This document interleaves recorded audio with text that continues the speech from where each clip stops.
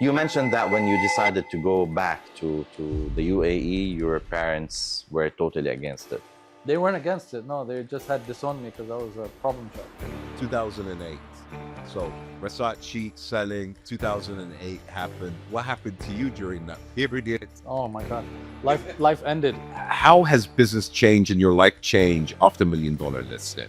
We get a lot of buyers, developers from overseas reaching out saying, "Can you work on our projects?"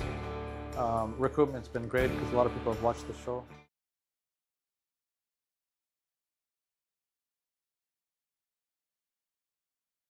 Welcome again to Unplugged. As you can see, today we have a totally different setup. Thanks to Biltmore and GJ's Properties for hosting us at the Biltmore building at this wonderful 4-bedroom penthouse. Again, with my colleague Hisham and Loai, we're unplugging a very special guest today who came to Dubai in early 2000, and recently, lots of you must have seen him on the big screen. Today, we're unplugging Ben Bandari. Ben, welcome. Thank you for having me. Thank you for being with us. Of course. I'm sure you have a very tight schedule, but to start the conversation, please take us through the move from Vancouver to Dubai early 2000. It's in Vancouver, Canada. Yeah. Yeah, so in a nutshell, university dropout, nothing happening. Family friend basically went to them, asked for some support, some moral advice, and he's like, you know what, pack your stuff and let's go to Dubai. Wow. And so I came for the first time in 2000. And it was obviously Dubai is a different city than it was back then. It was a small village. Mm-hmm. And I came here and I lived all my life in Canada. And when I came, it was a bit of a culture shock. So everything was completely different. The driving, the people. And I didn't last 3 weeks. I went back home and I'm like, I can't do it. Oh. And so I stayed for about a year. And again, nothing was really happening. But I was intrigued. So I kept going online. I kept Googling Dubai. And then I saw that the real estate and the freehold market basically came into law. So I called up my boss and I said, you know what? I may give it one more chance. And so he said, okay, but just wait for my call. So that took about 6 months. And I was dishwashing in a restaurant. I was trying to save money. Here in Dubai or No, back in in Canada? Vancouver. So I was dishwashing and pretty much saving up for a ticket. My parents completely disowned me and they're like, you're on your own. And so he called me up and I was ready. I came here maybe with $600 Canadian in my pocket and I'm like, let's do it. And so I started working real estate. And at that time, obviously, there was not even one ready freehold property in the market. So I was driving from Emirates Towers back and forth to the Emaar Sales Center, which was in Dubai Marina, where the 6 towers were just going up. Yeah. And so that's how my real estate started. And 2002 was the year, July. That's when freehold just started in Dubai. So you came at the right exact moment. Right at the beginning. The Dubai real estate boom and everything. Do you know how much he earned on his first transaction? No, tell me. It was 12 units with Amar. Oh, was it? Yeah. Wow. How much do you think he made on every sale? 1%? 1,000 dirhams. Yeah. They exploited the guy in the beginning. He's done his homework. Yeah. Wow. But I mean, back then it was very different. So yeah, back then, Emaar, they launched their projects and they were offering only 1% commission. Yeah, I remember that. It was 1%. It was very hard to get the units. Most people just bought direct. It wasn't like too much of the secondary market, I remember, and all of that kind of stuff. There was no secondary market. Everything was off plan. And we used to sit in Mina CI, which was right across the road. And I'd sit in the hotel and I'd try and meet people and I'd try to convince them that, listen, there's freehold property for sale and the sales center is just across the road. Let's go check it out. Were you convinced with it at that time? To be honest, I was. Okay. I was very convinced. A lot of people weren't. Yeah. I know we said we're not going to talk about ex-wives or wives, but I didn't go there. My ex-wife, which I met in real estate, actually, she's Iranian descent, and she was working real estate as well. And she told me, none of this is going to be built, by the way. And so it obviously it raised a question, but Yeah. I'm like, impossible. If the government is basically promoting this, and if they have this huge sales center, it has to be built. I mean, but look, if you put yourself back in that day when you first came and they told you there's going to be a man-made island that's going to look like a palm tree, you're going to believe it? So I can really understand where she's coming from. Right. It's not going to get built, Right. a palm tree in the middle of the sea. Do you get what Something I mean? that's It's never been done, insane. Right, it's right? never been done. Mm. And then, you know, the tallest tower in the world, all of this. So I can get where she came from and said, oh, I don't believe maybe that's going to happen. But the reality is we're living, we're breathing it. We live in these, you know, you live in the palm actually now. Exactly. So we're living in the palm or whatever. We're living it every day. It's quite A lot of interesting. people were skeptical. Yeah, definitely. But at the same time, there were still a lot of buyers that did believe in Dubai, even back then, right? Especially the Indian community, the Iranian community. True. People that lived in the UK, the Arabs that or Asians that lived there. Because I mean, I was selling JBR, and the studio was 299,000, right? And a one bed was 499. And then it turns out you also believed in it back then, right? Of course. And ended up picking a unit from the secondary market. So it was challenging for a period, but then things just scaled up, right? Absolutely. Yeah. Absolutely. I remember times were different. Back then, you could walk in. You mentioned the Palm Jumeirah. His Excellency Sultan bin Salman was standing in basically a cabin with the Palm model, and he was literally giving presentations to people. Wow. Yeah. Damak, Hossein Sajwani, the chairman, he launched Marina Terrace, his first project. Yeah, that's and he was right. in the Yeah. tent. It was a tent. Yeah. And Yeah. he was standing there literally presenting himself. Yeah. True. People who believed in it early on flourished. True. Wasn't the obviously. Amar Sales Center, the old one, also a tent at Dubai Marina? No. It was a It was standalone cabins. I building. remember there were cabins at one point. Not cabins, but glass cabins. So on yes. one of the plots, actually, So long it was, time ago. It was one of the plots. It's where the Marina Select Gate. project is there. Yeah, Yeah, Marina Gate. Marina Gates. It was a nice building. You'd walk in. There was a reception area, and then to your left there was a room with a theater where you'd sat in, and there was an experience center. So they'd show you videos of the future projects and what was coming up. And then you'd walk through, and then there were cabins, like you said. So all the sales, and they were all Emirati salespeople. Yeah, yeah. There was like 10 of them. I should still remember like all their names as well. Wow. Yeah. I'm sure a lot of them are still in the field, right? In the industry. Also the Bendari. There was who else? Well, I lied. I'm getting too old. There was. I'm sure you remember the first name. faces. I remember the Oh, you faces and the first yeah. name. Do you remember the prices? Because every time I reflect back at the prices, like the garden villas were like at 2.5 million. Springs was going for 499,000. 499. $499, Signature, 4.5 Meadows, million. 1 million. Yeah. Oh my But God. Ben, I mean, given you came at the early stages, right, and you were selling a lot of people dreams, right, on paper. Yes. So how did that make you feel? What was your thought process? Because you're selling, you know, the vision, right, and Yes. it's just off plan. There's nothing tangible. Yes. What did you find it challenging? I mean, it was challenging, but we were selling the dream, and today we're still selling the dream, We are. right? Yeah. Back then, with a track record. with a track record, Yes. exactly, with a proven track record. Yes. So it's much easier now. Yeah. But back then, like Emar, payment plans were 37. Yeah. Yeah. Yeah. Yeah. You mentioned that when you decided to go back to the UAE, your parents were totally against it. They weren't against it. No, they just had disowned me because I was a problem child. That's it. That's it. Not against it, but they just No, disowned. they're like, go, like, you know, like, get out of here. And then, And then now they're very proud of me. Actually. Yeah? Yes. That's good. So That's they're here. great. 6 months they're Yeah. here. 6 months they're Oh, wow. in Vancouver, and they're here because of me, of course. Nice. Yeah. So yeah, I mean, Payback. I turned my life Yeah. around. Time so, to take care of the Yeah. I want to parents. ask you, actually, I didn't know, because I know you for a long time, but do you have brothers and sisters, I by do. the way? Yes, I have a younger brother. He's 5 years younger than me. Wow. Yes. in Same the, industry? in the industry, yeah. No, he's got the unfortunately he got the brains. He's a chartered accountant, CFA, CVA, CA. He studied it all. Oh, wow. Yeah, he's in Canada, but different. We're different. We're like day and night. Do you ever go back home, Vancouver, visiting, or I haven't been for 14 years. not even visiting?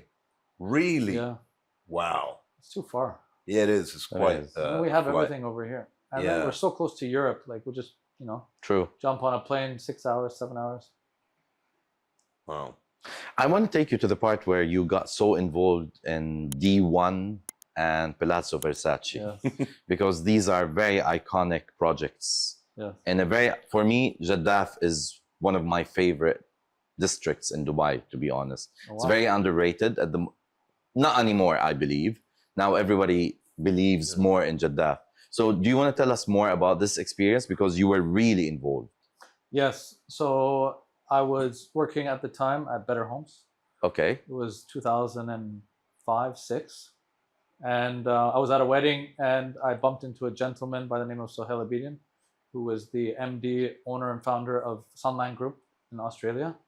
He happened to be Iranian descent like myself. And so my parents started talking to him, and they said, Ben, you need to meet this gentleman. And so we met, we hit it off.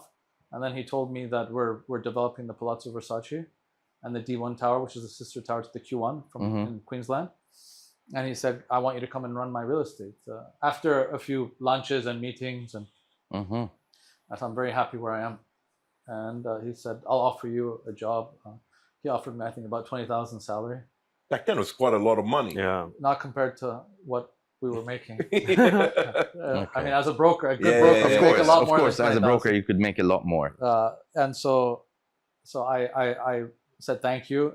I refused, and then I showed him my payslip at Better Homes, and he was shocked, and he said, "Wow, you make more than basically some of our shareholders and architects." Yeah. And so I said, "Listen, I'll come and I'll run your sales and marketing, as long as you make me a partner." And I always wanted to be an entrepreneur, but I didn't know how to do it because I was a young kid back then. I was, I think, 27, 28.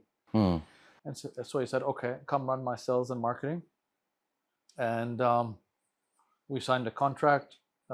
I set up his sales center, set up the sales team. What year was that? So 2006. 2006. So you actually moved to?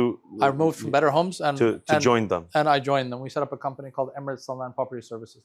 Okay. It's the high end of projects at that time. When we were Yeah. It was the highest. Exactly. Yeah. So the How much was the price per square foot? Sorry, is what back then it was so out of interest. the highest price per square feet back then was probably Damac and Emar, because they kept increasing their prices. And I think we hit about 1800. That's for the Versace. No, that Oh, okay. just like Dubai Marina, and the market was like, it was so hot. And so the Palazzo Versace was starting at 335. So it was double everything in the That's why market I asked you. Wow. So I remember. At that at time. that time. Double. It was unheard of. Yeah, I remember that. And we were selling, so I put a sales team of 10 together with our mutual friend. We hired Zaina Khouri. And then that's where she started her real estate Yeah, I career. know. Amazing. She's lovely. And then we were literally, and there was no social media, there was no digital marketing. Everything was print media back then. It was Gulf News. And so we put the team together, and we were literally door knocking, going to agencies and saying, look, we've got this beautiful, fantastic product, Palazzo Versace. We were selling maybe 1 or 2 a month. And I think No one was buying. wasn't that the first branded residences It was launched the very first, before Armani, right? very Yeah. first, yes, branded, any brand, fashion branded residence in Dubai. And what actually, funny story, we sold out within 2 days. What's something The entire happened, turned project. around? You sold out Palazzo Versace in 2 days. in 2 days. Yeah. Thanks to the launch of the Armani. Yeah. I was young and Armani kicked it off. So we were literally struggling for like 5-6 months, getting people in, and people were refusing to pay 3,500, 4,000 dirhams per square feet.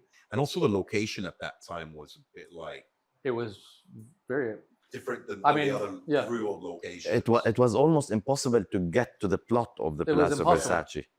you couldn't take people to the plot. Yeah, There was you no couldn't. infrastructure. Absolutely. And look at it now, huh? And look at it now. So, branded residences, Armani. What do you think of these branded residences? Does it add value? I mean, you tell me. I mean, No, we're asking you. You're the guy with the experience, no? I think I think somewhat it does add value. It gives credibility. However, we have seen some branded properties where the quality and it hasn't really lived up to expectations. But I mean, I think the most important thing is the track record of the developer, Yeah. which is the most important thing. Yeah, but brands, I do feel, bring some value, gives you a premium on the product. And sometimes, depending on each brand, like if it's a hotel brand, they ensure that there's certain quality and a service in the building, Absolutely. right? And some brands also get really involved in the, selecting the finishings and the materials in the building. Many don't. And that's where I think sometimes you don't get a great product from Absolutely. branded. So branded can be good, but not always. Yes. It adds value, definitely.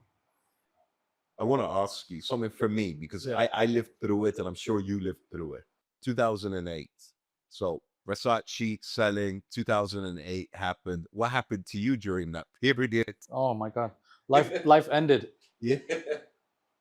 Went into depression mode, literally. Were you at Versace still at that time, or were you somewhere else? So no, I had left Versace because we had sold out everything. I parted ways, and I set up my own company called Global Properties. What was it called? Global Properties. Global Yeah. Properties. I had the license, and I think we were in business for 3-4 months. And I had a partner who worked with me at Better Homes, and I brought him to Emirates Sunland as well. We set up the company together, and right when we set up the company, we sold a full building in the waterfront project. Oh, wow. Wow. About 750 million. Wow. Did you get paid? Unfortunately, no. Credit No notes. way. Why? Because I sold the plot on Yeah. the waterfront. We never got paid. We were doing the MOUs, transferring the market crash. So I feel you. It was probably the worst decision I ever made in my life. We decided to get paid on the second, third installments. Our purchaser and investor came from Iran, big tycoon in Iran, had a lot of money, and he had paid. I think we had obviously negotiated a super payment plan, 2.5%, 2.5%, and then 5 and 10. We were underwriting the building to resell it. Yeah. We had Okay. pretty much set up the entire shop. We were working from the developer's office, and then of course 2008 happened, and the subprime. Yeah. And I was, I think, 28, 29 at the time, 30.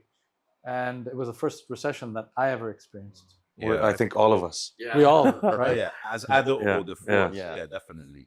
And we had invested a lot of money in floors and buildings, personal money. And so life had pretty much ended. I took about a year off, didn't know what to do. A lot of my friends had gone back home. They said real estate is over. Yeah. And, I remember a lot of people. It was lived in the city difficult that time. It was extremely in difficult. 2008 to see like how the city calmed down for a period, but then it didn't really end, right? A lot of people started to monetize from selling credit notes 100%. and monetized out of it. But how was your recovery like? So my recovery, 2000. I stopped really doing real estate. I was just doing bits and bobs, helping my clients out, rentals, a few sales, getting by. I had obviously saved some money. I had ready property as well, so I had some passive income. And then I had Emirates, so Sunland Group had exited and gone back to Australia.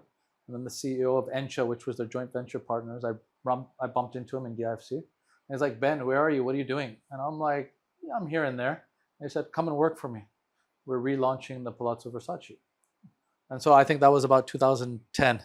Nice. And so I went back and we basically restructured everything. We consolidated all the people who had defaulted, turned like 10 units into 1 or 2 fully paid. And so I jumped back into the real estate. And then I left Encha in 2012, and the Turkey freehold came into effect. Oh, did you do that? I did. Wow. I did do that. It was a challenge because I didn't know. Another culture shock. I went there. remember that, by the way, the time Turkey was Right? Exactly 2012. So I'm like, this is Dubai 2.0. I need to go to Turkey. So I jumped on the first flight to Turkey. I'm like, this is it. I'm not going to miss it. Went there. Turkish now. Man, It worked it out. was a disaster. What was was- the challenge? The language barrier, the people? No, but 90% of the people don't speak. They don't speak English. Yeah. Second of all, I'd go and I'd sit with developers and I'd be like, I'm going to bring you clients and we're going to do marketing and we're going to do this and that. And I'm like, how much is the commission? He's like, why should I pay you? They didn't see the value of a broker. Yeah. They thought brokers were there to basically rent the properties and sell it secondary. Mm. And so after 6 months, I'm like, I'm out of here. We lost a lot of money. We set up real estate, and then I appreciated the Dubai real estate market and the UAE. But some people did make a lot of money selling Turkey also. Yeah. There was a period. Yeah. A period. Yeah. Yeah. Not you, Not me. obviously. It was probably a year and a half after You gave up. I left. Yeah.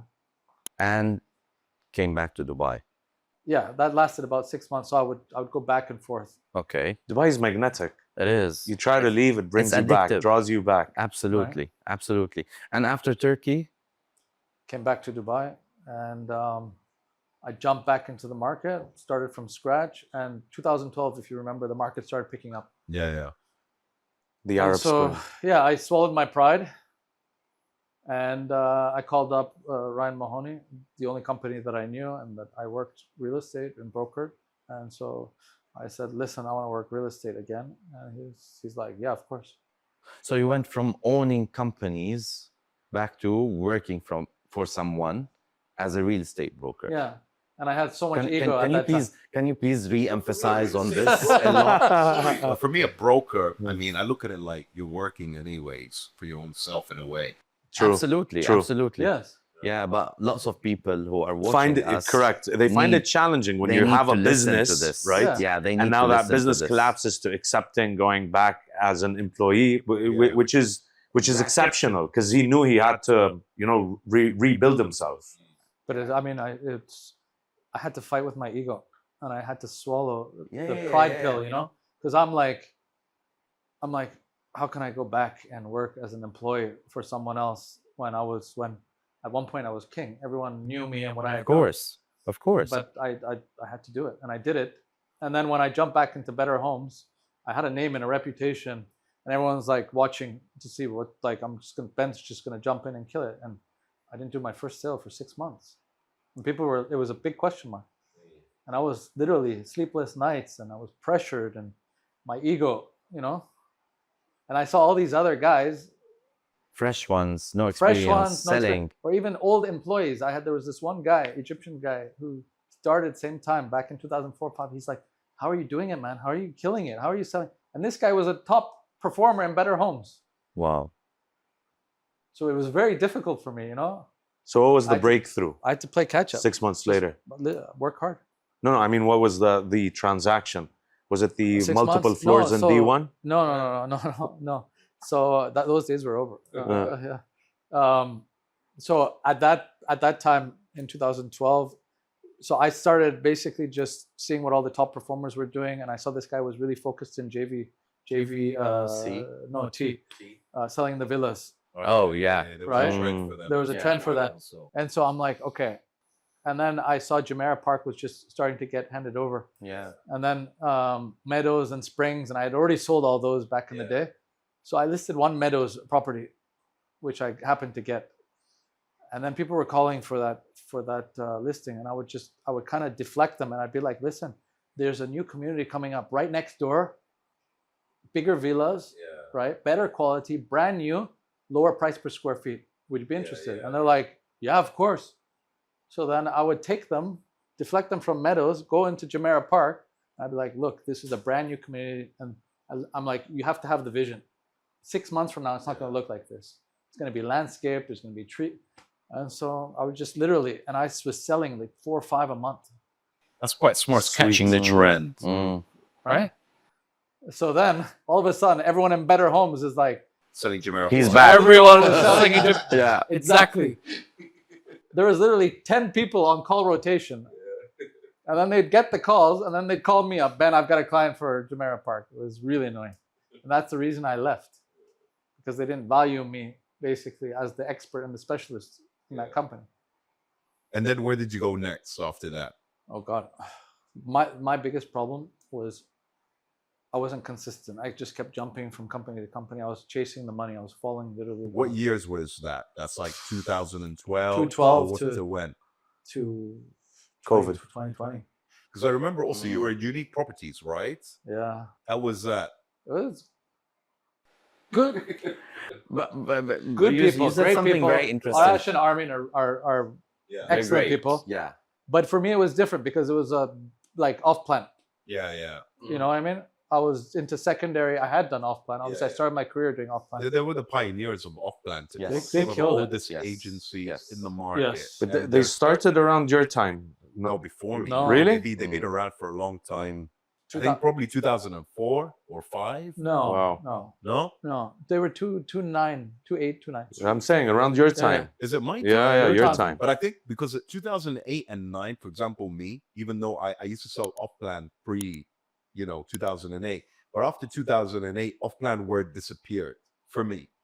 But I think for them, somehow, they continue doing Man, it. I don't know how. They were consistent. They just continued doing it. That was their business model. See, don't forget 2008, the Green Revolution in Iran started. And also Which that's 2008. That was around 2008. And the financial crisis was also a few months later, but a lot of money came From into Dubai that Mm. time. Yes. Could be, yeah. Yeah. And they were focused on You that said market. you said you were chasing the money and you were jumping from a company to another, and I always like these messages to people who are watching because also yes. Was this a right thing to do? Would you do this again if times goes back? Of course not. Why not? Because look, the most successful people in the market, like yourselves, of course, and the big CEOs, they're the ones who basically were consistent and they focused on what they were best at. And I tell everyone who basically joins and basically my company and when they ask for advice, I say it's consistency. Just focus. Absolutely. Focus what you're good at and just continue. And don't let anything distract you. Don't look left, don't look right. Just move forward. But it's so hard for people to focus these days. Yeah, It's yeah. such a challenge. Yeah. They And get you just distracted nailed it. with everything. I would say, the horses, how they have. Oh my God! Yeah, we all speak the That's the same best language. analogy. We all speak the same language. I always say, yeah, but also expand your horizon. People keep mocking me because I keep saying consistency, consistency, consistency. I have agents who join and then every second day, okay, you want to specialize in Dubai South, Oh my God. right? And then tomorrow I see them listing other properties and I see them working on another. And now I want to focus on the US market and just Ben, you know what's worse is that they do one deal and they want to go into luxury or sell buildings or plots. That's what I get. They come in, yeah, I sold a unit. Now let me sell a floor, or I want to sell anything above 10, 20 million. I'm like, how? Explain to me how. And they tell me, how is it done? I'm like, how can I explain it? How? That's How? why we have Ben. How? how? Yes. That's How? why we Honestly, have brought how? Ben. I'll- Ben Because this is a key question for everybody. So if you listen to what he was saying, Well, right? I say yeah. Yeah, and he said he went into DIFC, he bumped into the guy from Incha. It's also about networking, where you go, right? How you connect with people, Absolutely. honestly. Ben, you sold probably from 500,000 dirhams, and you've probably sold, I don't know how much. What's like the highest price property or whatever that you've sold? And you got paid the commission afterwards. Yeah, not the ones that you didn't Not get the ones paid. that- The most exactly. recent transaction that I did was last month, 250 million. Wow. MashaAllah. Incredible. Thanks. So how from that to that? Yes. What do you need to do to get So I always say it took, God created the universe in 7 days, there? Yeah. and that's God, right? So good things take time. 100%. Right? Before you run, you have to learn how to walk. True. Before you walk, you crawl, right? The baby's in the womb for 9 months. So real estate, you can't sell a unit and then tomorrow sell a floor and then tomorrow sell a building. Correct. It takes time. But what do you think they need to learn? It's like time. What is it? Is it education? Is it selling skills? Is it knowing how to sit with a client to talk to them? What do you think I think it's a combination. differentiates Everything. from the other Yeah. ones? Everything. You learn. Look, when I joined real estate, I was scared to pick up the phone and talk to people. Yeah. Everyone's got that phobia when they start. Very few I think it's overcoming your weaknesses. Yeah.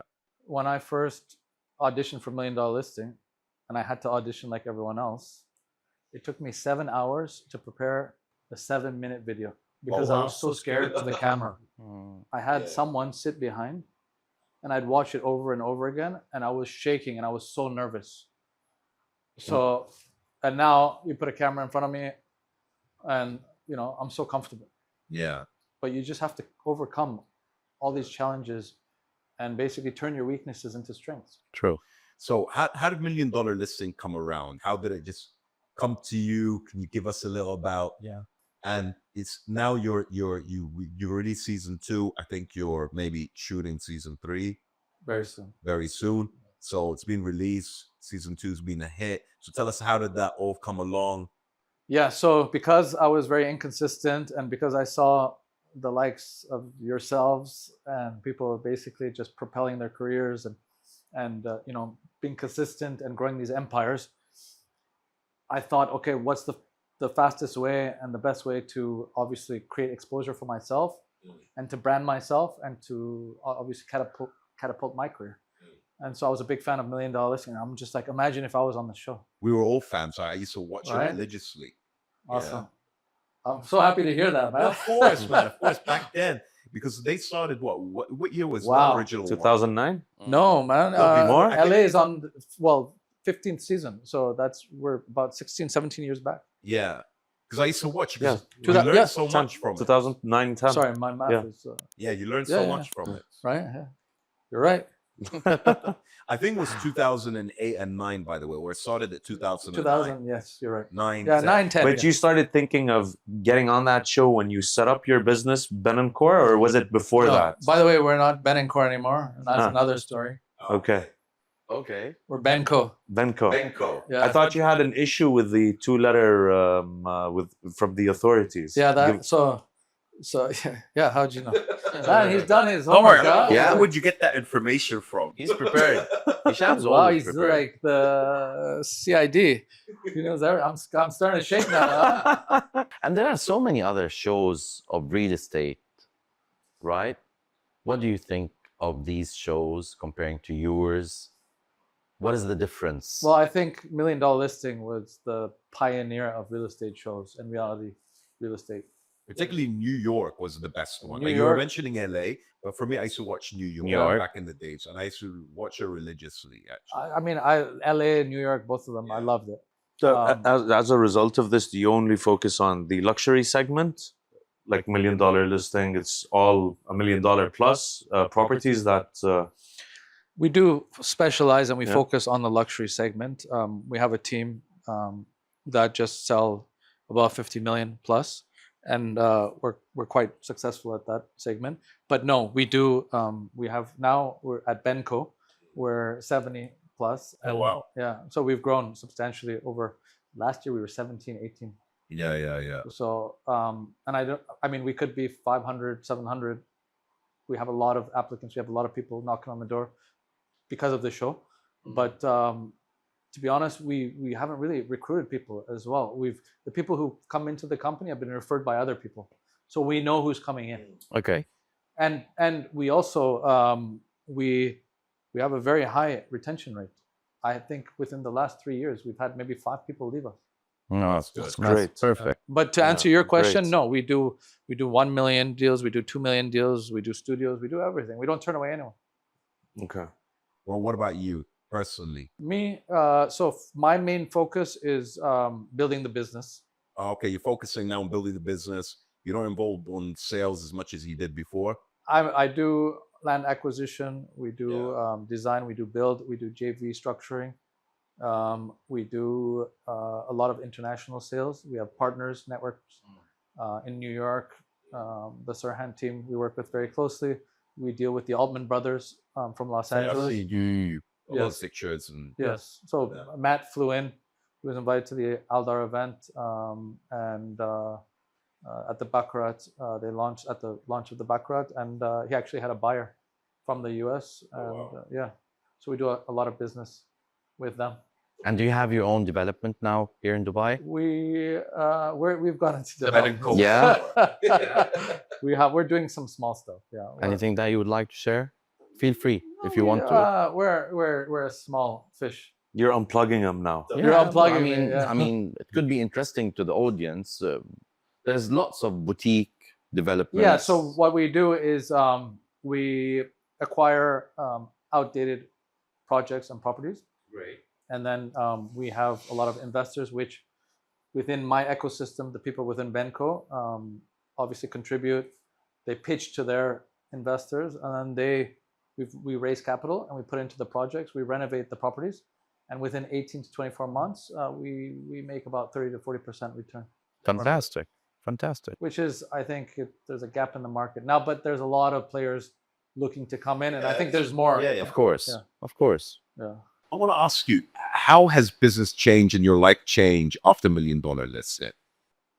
It's been great, to be honest. I'm sure it's great, the but blessing. how did it change? What changed? Sales have increased, helped you in the recruitment. Are you getting business? You get people contacting you because of the show. Yes. They become clients. Yes, we get a lot of buyers, developers from overseas reaching out saying, "Can you work on our projects?" Recruitment's been great because a lot of people have watched the show. Yeah. Nice. So people are knocking on the door. Developers have become more friendlier Yeah. as well. Take a picture with you. Right? No, it's been great. It's been So more. you became the celebrity. But you know, it's interesting. Developers have become more friendlier That's why. without reaching, top 20. Exactly. It's Right? a unique proposition. But we're like in off plan, we're really nobodies. I mean, compared to obviously you guys, we don't really do off plan. 40% of our sales, believe it or not, is off plan. Yeah. Even though we're a secondary company. Yeah. But most of the transactions that are being done are Secondary off plan. secondary off plan. No, not even secondary off plan. It's clients who own properties and have bought and also are looking at investing in the off plan market. Yeah. So Okay, we- yes. So, for example, the CEO of Dubai Holdings reached out. We went. He said, "Come with your team." And I thought it was like short notice. They're like, "You have to be in our office within 2 hours." So I'm like, "Yeah, you can't say no, right?" So we dropped everything. I put on the group chat. I know he was that to me too, so I know what it's. Exactly. So I'm like, who wants to come? 10 out of 70 people said we'll be there. We went there, and he's like, "Ben, pleasure to meet you. We want you to work with us even more. You guys are top 50." Yeah, And I was surprised and shocked. that's good. So we don't do any lead generation. We don't do any off plan. Really, you don't do Nothing. any lead generation, so it's We're- all organic. Oh, it's all organic. Wow. Wow. Yeah. Mashallah. We don't know how to do lead generation. You guys are the masters at lead generation. We need to learn from you, It's very expensive. I think keep on doing what you're doing. Exactly. right? Exactly. You're in a better place. Because I'm very conservative, Yeah. and that's why my business is only 3 years old. Yeah. I was always an employer. Yeah. I wanted to be an entrepreneur, but I was scared. I didn't dive into the deep end like you guys. Yeah. But yeah, we need to learn from the best. We're all learning from each other, right? Exactly. Yeah. So I see it. So the show. So now, season 2 is finished.